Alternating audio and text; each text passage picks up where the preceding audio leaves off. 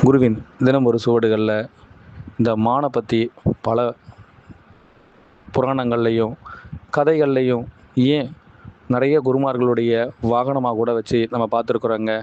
இந்த மகாபாரத கதையிலிருந்து ராமாயணம் வரைக்கும் இன்னும் பல புராண கதைகள் வரைக்கும் இந்த மான் தத்துவம் எதனை சொல்ல வருதுங்கிறதுக்கு இன்று வரை யாருமே சரியான தெளிவாக கொடுக்காத பொழுது எங்களுடைய குருவின் முழு மூலப்பட்டறையிலிருந்து 7 நிலவுகளை கண்ட ஒருவர் 8வது நிலவை காணும் பொழுது அந்த நிலவு ஒளியில் உச்சத்தை ஒருவர் உயரிய நோக்கோடு உன்னிலிருந்து எது தென்படுகின்றதோ அந்த உச்சத்தில் நீ உன்னை உணர்ந்து இவ்வுலகத்திற்கு அனைத்தும் சமநிலையிலிருந்து வெளிப்படுத்த நீ ஆதி சமணனாய் மறு வழிபாட்டிற்குள் முழுமைப்படுத்தப்பட்டுவிட்டால் உன்னுள் இருப்பது எது என்பதை யாராவது ஒருவர் கேட்கும் பொழுது அந்த மான் என்ற வார்த்தையை தாங்க பயன்படுத்துகிறாங்க.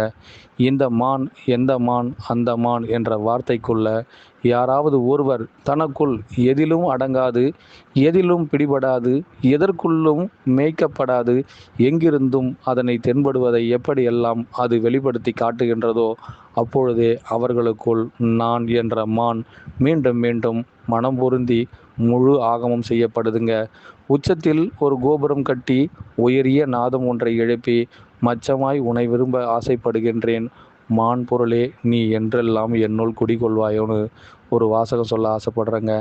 இந்த மாய மான் எதுன்றத எல்லோருக்குமே புராணங்கள்லேருந்து இதிகாசங்கள் வரைக்கும் சொன்னாலும் அந்த மாயம் எது என்பதற்குள் நாங்களும் உங்களை மானாக்கி காட்ட ஆசைப்படுகின்றோம். இந்த மான் எந்த மான் அந்த மான், உங்களுக்குள் நான் மானாய் குடிகொள்ள ஆசைப்படுகின்றேன். மறுமுறை என்னை குடியேற்றம் செய்ய ஆசைப்படுங்கள்.